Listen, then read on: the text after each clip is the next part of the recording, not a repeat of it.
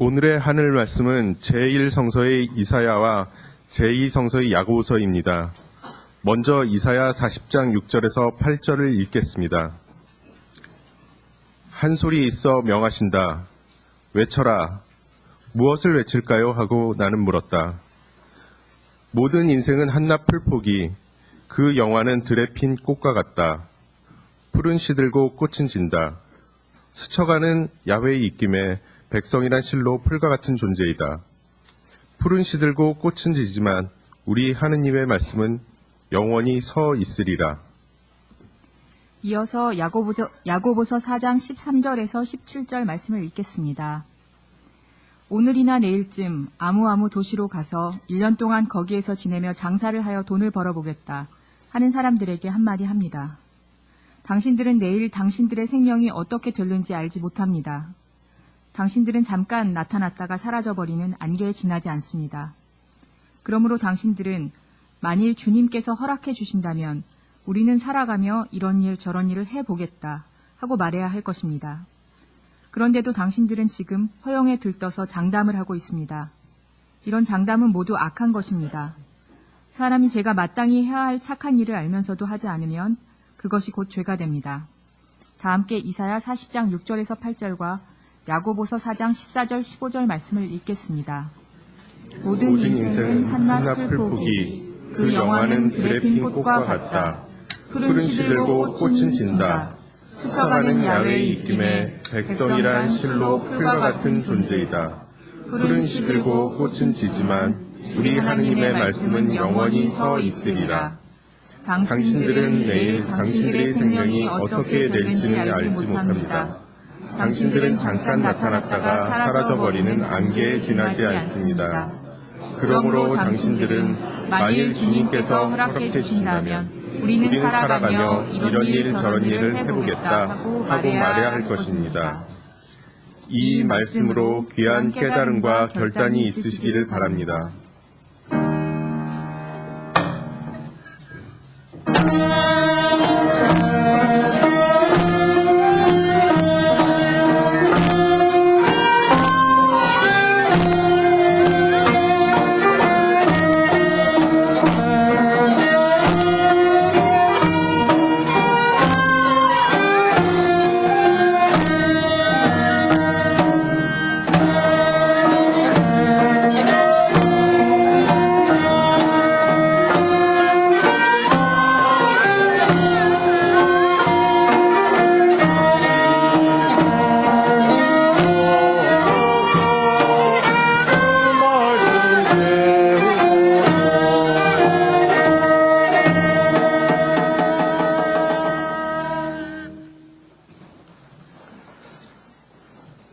복음서의 말씀입니다. 귀로 들으시기 바랍니다.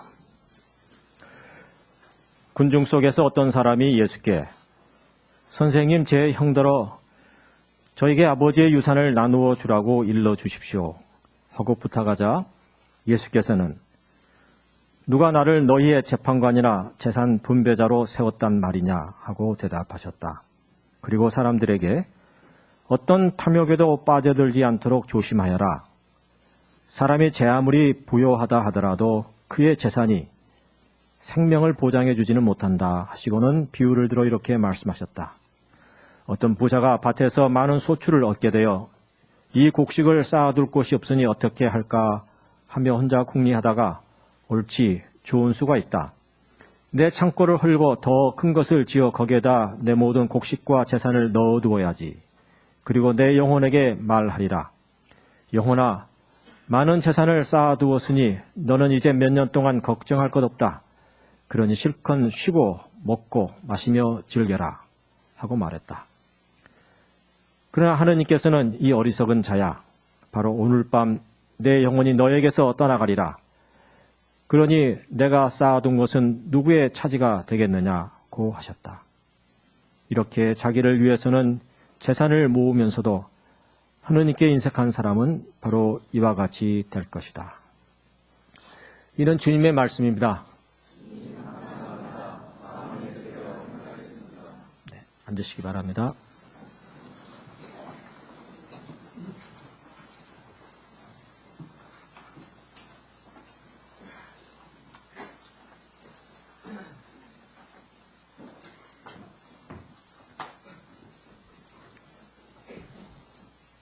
네, 이 시간에 우리 안선희 목사님 나오셔서 죽음의 존재라는 말씀으로 하늘 말씀 펴주실 때 큰 은혜가 함께 하시기를 기도합니다.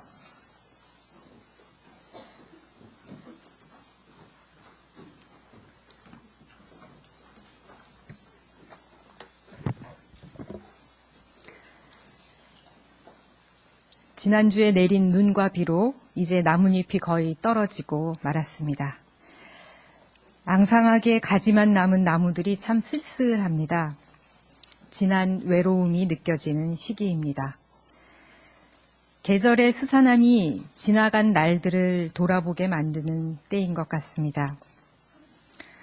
대림절 둘째 주일입니다.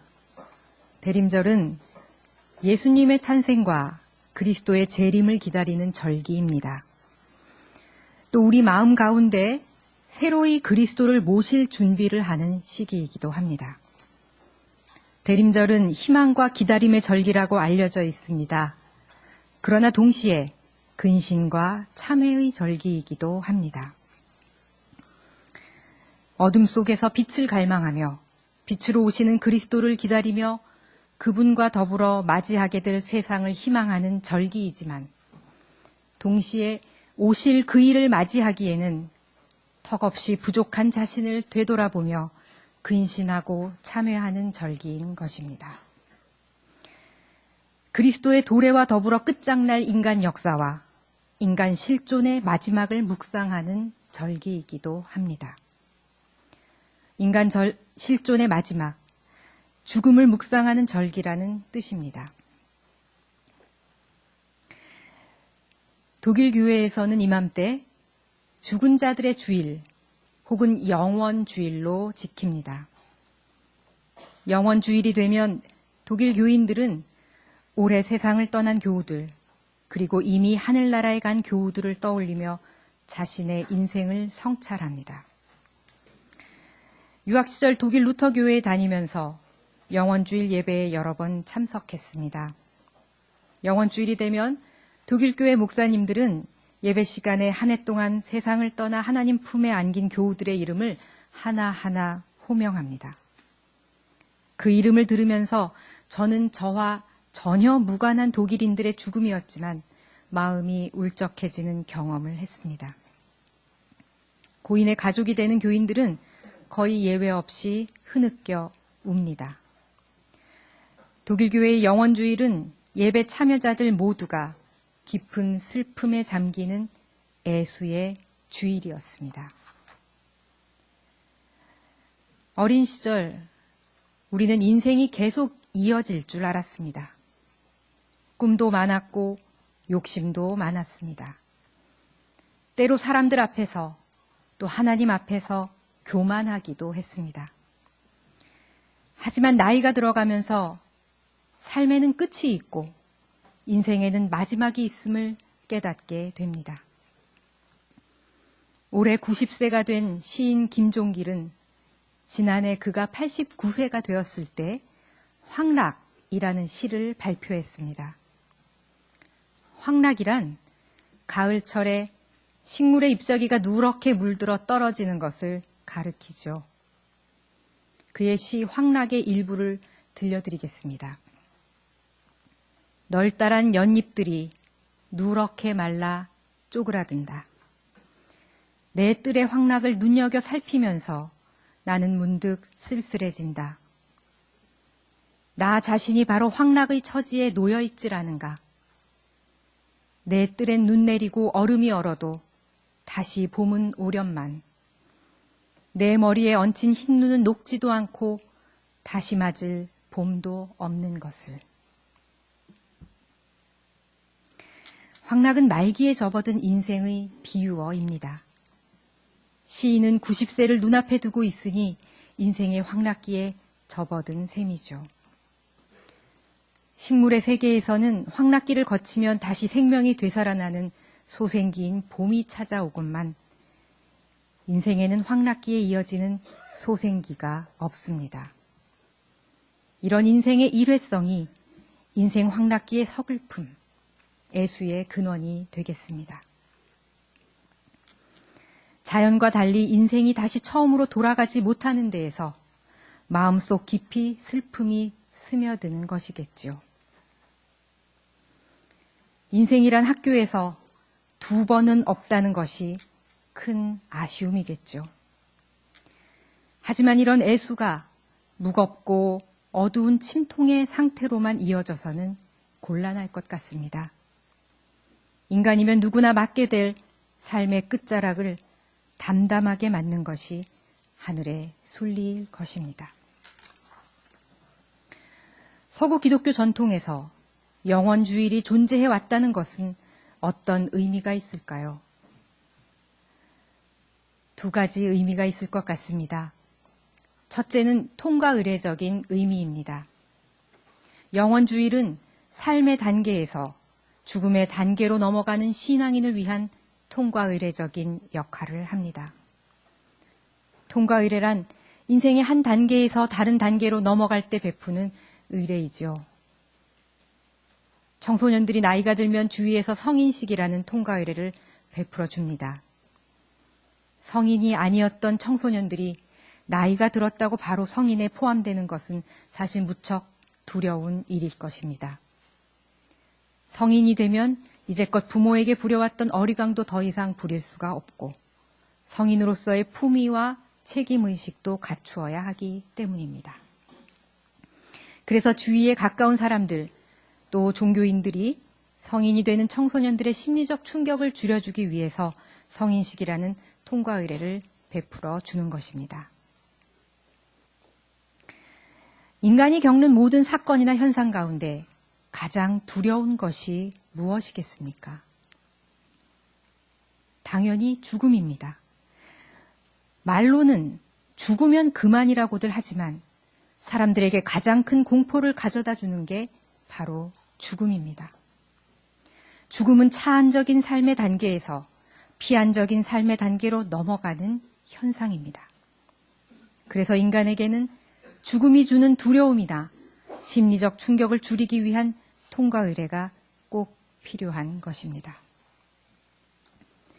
그런데 죽음을 위한 통과의례는 한두 번 시행해서는 효과가 없습니다.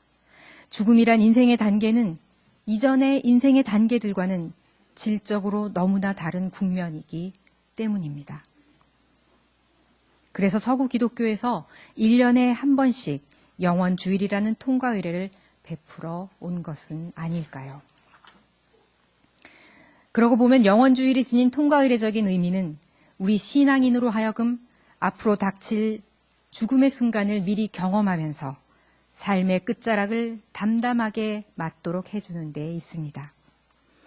영원주일의 통과의례적인 의미는 미래에 다가올 죽음의 순간을 미리 현재화하면서 인생의 종착지를 있는 그대로 맞이하도록 도와주는 것입니다. 여기서 미래에 올 순간을 미리 현재화하는 것을 신학에서 선취라고 합니다. 한자로 선취의 선자는 먼저 선이고 취자는 취할 취입니다. 그렇다면 영원주일의 통과의례적인 의미는 우리 신앙인으로 하여금 죽음의 선취를 통해 죽음이 가져올 심리적 충격을 완화해 주는 것이라고 할 수 있습니다. 영원주일이 지닌 2번째 의미는 실존적인 의미일 것입니다. 일반적으로 실존이라고 하면 주체적인 존재로 살아가는 것을 뜻합니다. 따라서 실존적이란 자신에게 주어진 삶을 주체적으로 살아간다는 뜻을 갖고 있습니다. 영원주일은 죽음이 가져올 심리적 충격을 줄여주는 통과의례적인 의미만을 갖고 있는 것이 아닙니다. 영원주일 이후에 펼쳐질 인생을 더욱 주체적이고 풍성하게 가꾸어주는 역할을 하기 때문입니다. 영원주일에 우리 신앙인들이 죽음을 선취하게 되면 남은 인생을 긴장감을 갖고 더 충실히 살아갈 수 있습니다. 영원주일을 통해 죽음을 미리 경험해 보았는데 신앙인들이 방만하고 보람없이 살 수 있겠습니까? 그저 멍하니 지내다가 세월을 허송세월하며 살아갈 수 있겠습니까? 그렇지 않겠죠. 자신에게 주어진 시간의 희소성을 직시하며 한번 주어진 삶을 이웃과 사회, 그리고 교회를 위해 성실히 살아가게 될 것입니다. 이런 의미에서 우리 신앙인들에게 영원주일은 삶의 끝이 있음을 마음에 새기며 남은 생애를 어떻게 살아가야 할지 마음을 다잡는 거룩한 주일입니다. 이렇듯 영원주일은 시간의 흐름 속에서 무심코 흘려버린 인간의 유한성, 죽음을 대면하고 삶에 대한 새로운 깨달음을 얻도록 도와주는데 그 실존적인 의미가 있습니다. 오늘 우리가 함께 읽은 루가복음의 본문도 인간의 유한성, 인간의 마지막을 대면하게 해줍니다. 루가복음 본문은 흔히 어리석은 부자의 비유로 불립니다. 이 본문은 크게 두 부분으로 나뉩니다. 첫 번째 부분은 유산에 관한 논쟁을 서술하고 있습니다. 구약 율법에 따르면 큰아들은 아버지의 땅 전체와 아버지의 다른 재산들의 반을 갖게 되어 있습니다. 반면 장자 이외의 아들들은 나머지 재산들을 서로 나누어 갖게 되어 있었습니다. 그런데 형과 동생이 율법의 규정보다 더 많은 재산을 가지려고 다툽니다. 그러다가 결국 예수님께 와서 중재를 요청하죠. 하지만 예수님은 재산 분배를 조정해 주시기는커녕 재산에 대한 탐욕을 버리라고 말씀하십니다. 그런 다음 예수님은 하나의 비유를 들려주시는데 그 비유가 두 번째 부분을 이루고 있습니다. 이 부분이 그 유명한 어리석은 부자의 비유입니다. 한 부자가 있었는데 그는 농사가 잘 되어 밭에서 아주 많은 소출을 거두게 되죠. 그래서 그가 소유하고 있는 창고에 수확한 곡식들을 다 저장할 수가 없게 됩니다. 이에 그 부자는 기존의 창고를 헐고 더 큰 창고를 지어 자신이 거둔 많은 곡식들을 저장할 행복한 계획을 세웁니다. 그러고는 공상에 잠깁니다. 새 창고가 세워지면 거기에 많은 곡식들을 쌓아놓고 좀 떵떵거리며 살 꿈을 꾼 것이죠. 하지만 하나님은 이런 부자의 태도를 마음에 들어 하시지 않습니다. 그래서 하나님은 부자에게 나타나 오늘 밤 그의 영혼을 찾아가시겠다고 이야기하시죠. 그러면서 비유는 급작스럽게 끝이 납니다. 이 비유가 들어있는 루가의 복음서 12장의 맥락은 종말론적입니다. 그래서 신약성서 학자들은 12장에 나오는 예수님의 설교들을 해석할 때 종말론의 맥락에서 해석해야 한다고 이야기합니다. 어리석은 부자의 비유도 여기에서 예외일 수는 없습니다. 그렇습니다. 우리는 어리석은 부자의 비유도 종말론적인 맥락에서 해석해야 합니다. 물론 이 비유를 우주적 종말론의 맥락에서 이해하려는 것은 좀 무리가 있습니다. 이 비유는 개인적인 종말, 그러니까 죽음의 맥락에서 해석하는 것이 더 적절해 보입니다.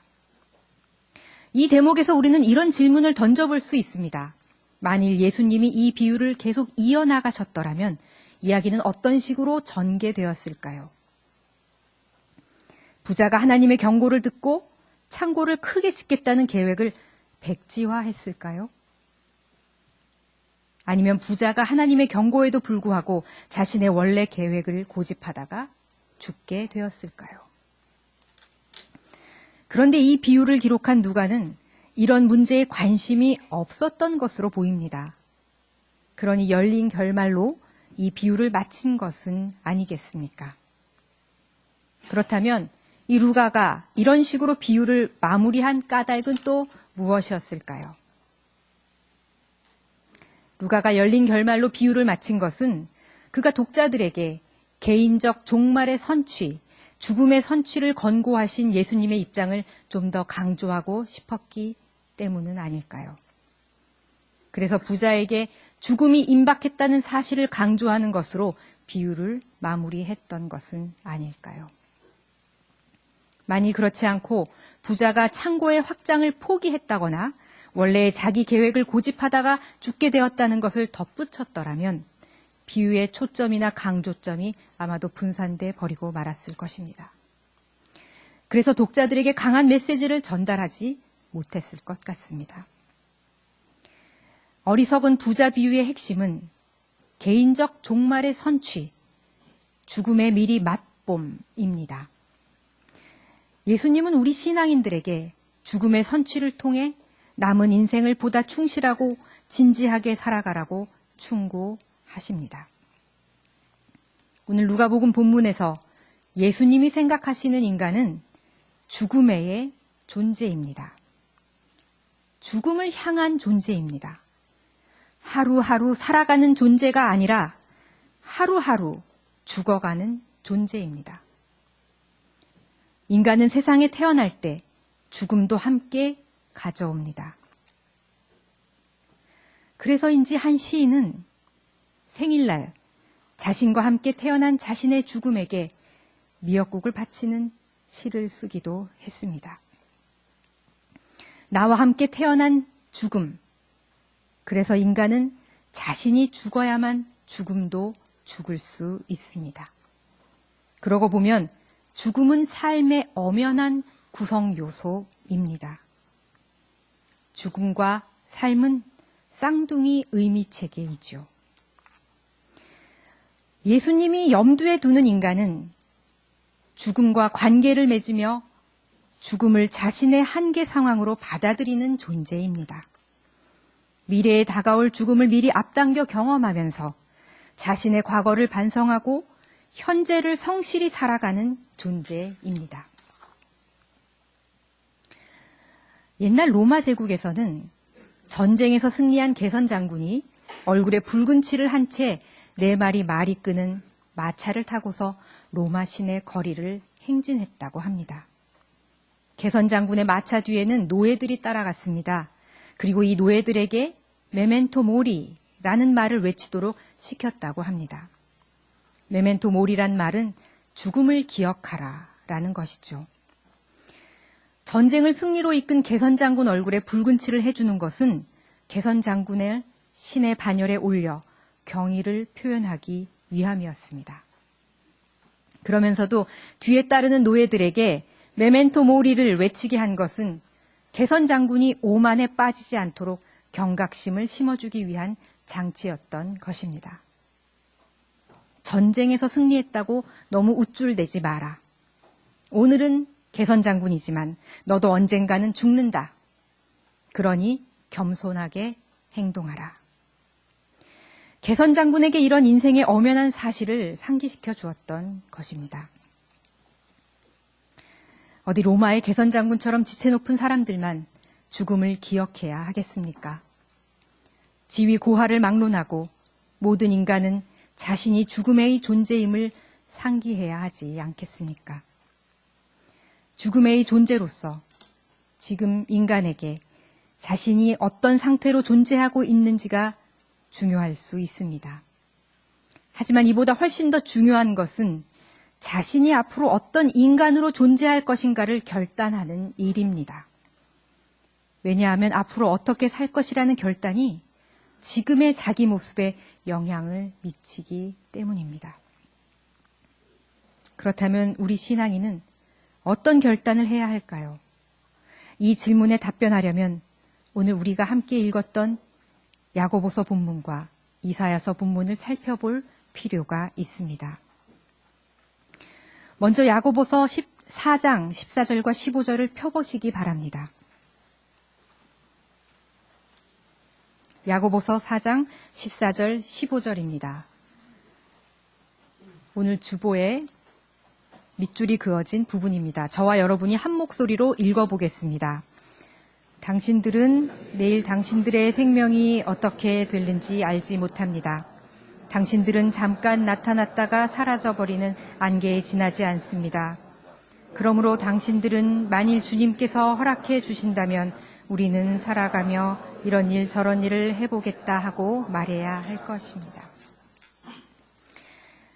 야고보는 우리 신앙인이 유한성을 자각하고 하나님의 뜻에 따라 살아갈 것을 결단해야 한다고 이야기하고 있습니다.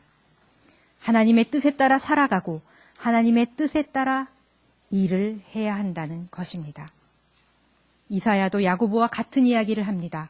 이사야서 40장 6절에서 8절을 펴보시기 바랍니다. 이사야서 40장 6절에서 8절입니다.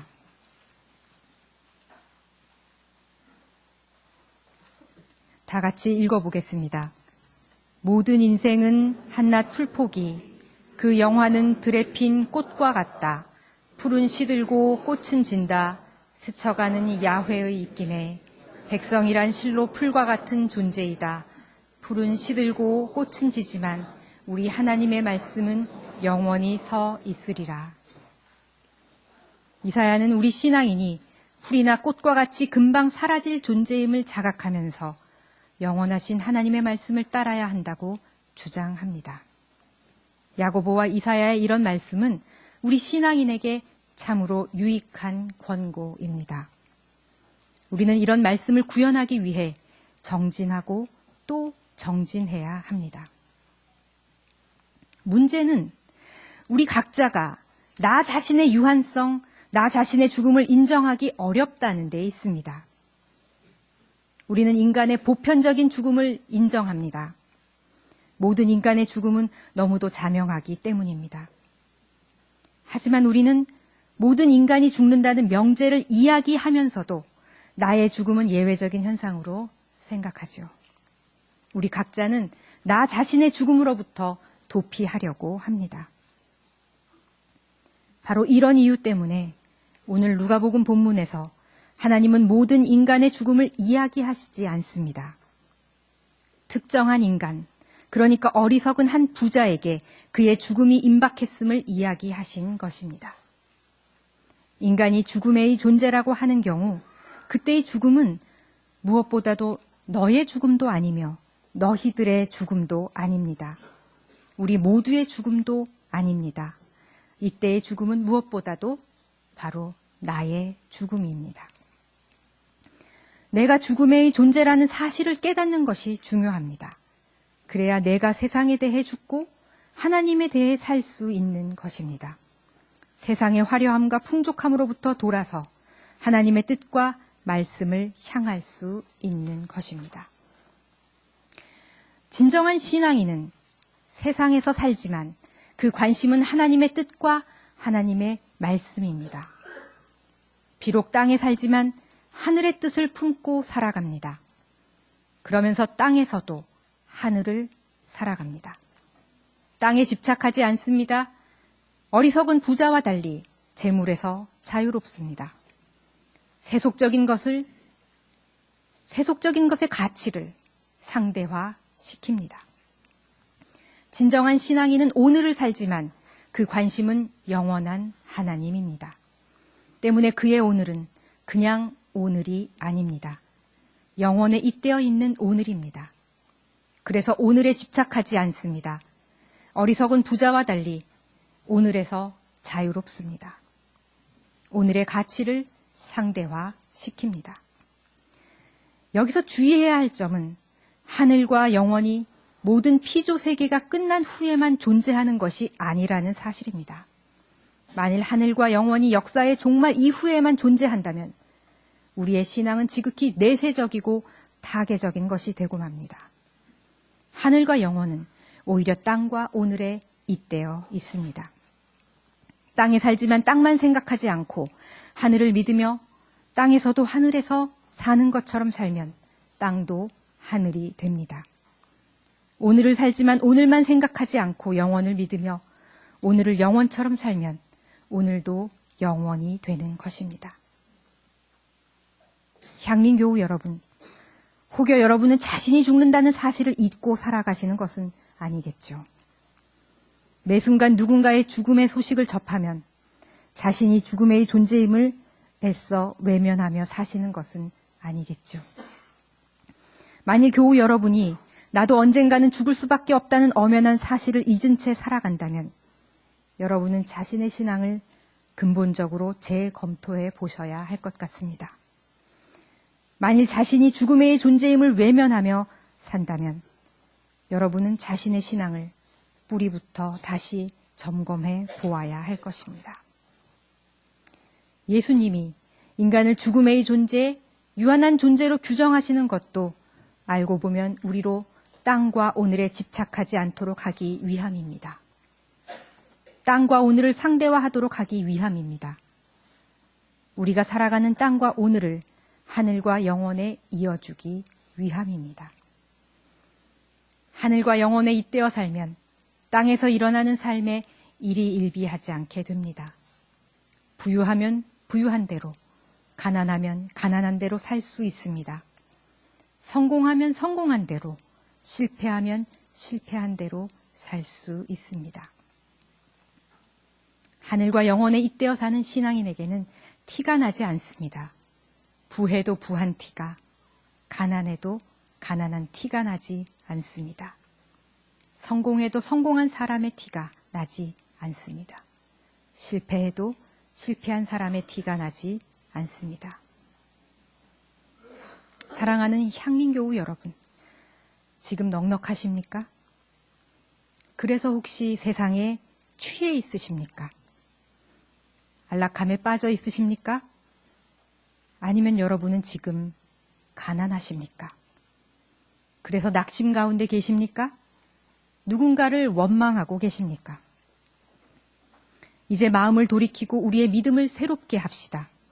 땅과 오늘만 바라보지 말고 고개를 들어 영원하신 하나님을 바라봅시다. 지금 세상에서의 삶이 좋다고 그것에 취할 이유가 없습니다. 이 땅에서의 삶이 안락하고 풍족하다고 교만할 이유도 없습니다. 세상에서 이미 죽음을 경험한 우리에게 지상에서의 삶은 절대적이지 않기 때문입니다. 현재의 삶이 힘들고 어렵다고 낙심할 이유도 없습니다. 지금 세상에서의 삶이 비루하다고 안달할 이유도 없습니다. 영원하신 하나님의 관점에서 보면 현재 세상에서의 삶은 상대적인 것에 불과하기 때문입니다. 죽음은 우리에게 결코 멀리 있지 않습니다. 그럼에도 죽음이 아직 멀다고 생각하는 것은 죽음을 선택하지 않은 사람은 하늘과 영원을 맛볼 수 없습니다. 고작해야 땅과 오늘에 매일 수밖에 없습니다. 부디 향림교회 교우들 모두가 대림절 기간 나의 마지막을 묵상하시기 바랍니다. 부디 향림교회 교우들 모두가 죽음의 선취를 통해 하늘과 영원에 잇대어 살아가는 용기 있는 두려움 없는 믿음의 사람들이 되시기를 진심으로 기원합니다. 다 함께 침묵으로 기도하십니다.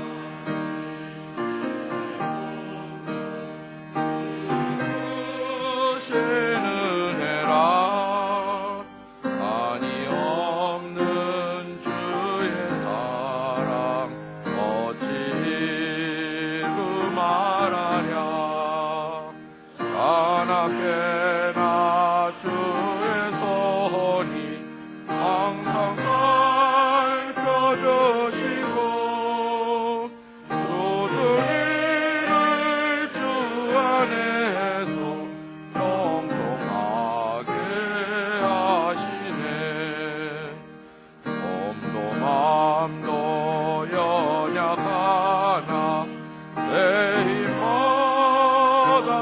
벌었는데